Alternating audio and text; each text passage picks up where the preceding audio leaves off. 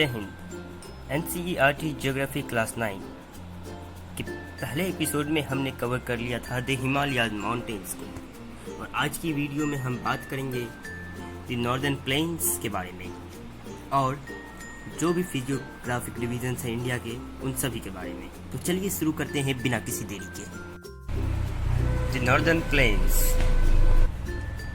यानी कि भारत का उत्तरी मैदान, और ये बना है 3 रिवर्स से, इंडस रिवर, गंगा रिवर और ब्रह्मपुत्र रिवर। ये 3 रिवर्स हैं नॉर्दर्न प्लेन्स के। इसके साथ इसकी ट्रिब्यूटरीज भी हैं। वेस्टर्न पार्ट लाई करता है, वेस्टर्न पार्ट का ज़्यादातर एरिया पाकिस्तान में लाई करता है जो कि इंडस रिवर का है। उसके बाद आता है गंगा प्लेन जो कि घग्गर और तीस्ता रिवर के बीच के एरिया में है। अगर हम बात करें दी नॉर्दर्न प्लेन्स की तो ये इसका एरिया है 7 लाख स्क्वायर किलोमीटर और इसकी लंबाई करीब 240 किलोमीटर है और इसकी चौड़ाई 240 से 320 किलोमीटर के बीच में है। जैसा कि आपको पता होगा कि प्लेन एरियाज़ की जो सॉइल होती है वो फर्टाइल होती है, और वो इसलिए होती है क्योंकि रिवर्स जो है वो डिपोजिशनल वर्क करती है, यानी कि पहाड़ों पर से मिनरल्स और रॉक्स लाके डिपॉजिट करती हैं और यहाँ पे कंकड़ लाके जमा कर देती है, और इसे हम बोलते हैं भाबर। उसके बाद रिवर्स जब माउंटेन से नीचे आती है और यहाँ पे कंकड़ पत्थर जमा हो जाते हैं तो इस एरिया को बोलते हैं भाबर, और इसका एरिया रहता है बिटवीन 8 to 16 किलोमीटर। भाबर के बाद आता है तराई। तराई होता है दलदली ज़मीन, ये वेट होता है, स्वैम्पी होता है और मार्सी होता है। तराई रीजन के बाद नदी इंटर करती है खादर रीजन में, KHADAR।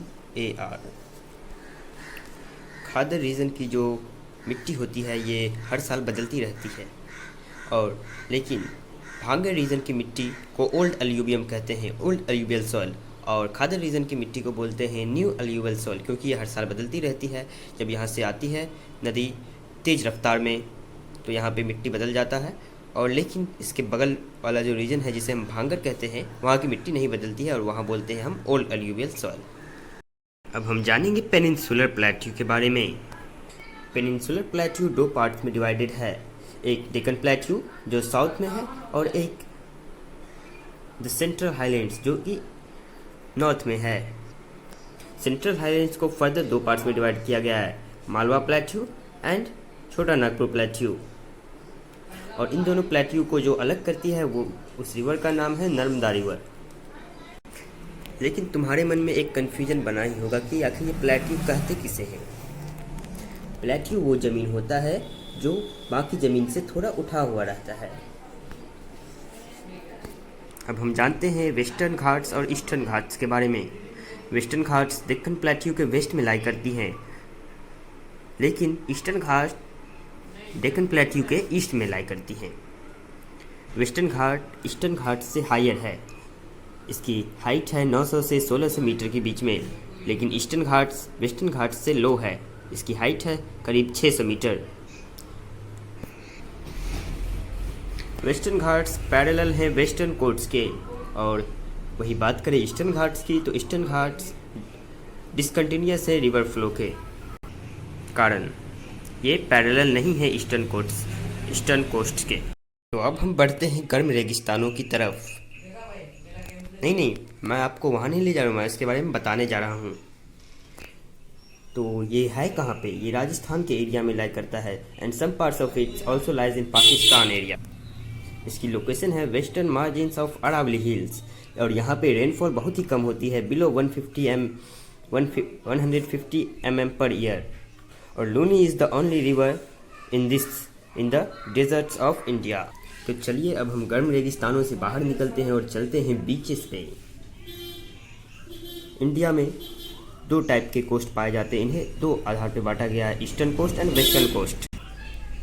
इन दोनों कोस्ट को भी फर्दर डिवाइड किया गया है। वेस्टर्न कोस्ट को 3 पार्ट में डिवाइड किया गया है, Konkan coast, Kannada coast and Malabar coast. Eastern coast को 2 पार्ट में डिवाइड किया गया है, नॉर्दर्न सिरका एंड कोरोमंडल। इंडियन सबकॉन्टिनेंट में कई सारे आइलैंड्स भी हैं।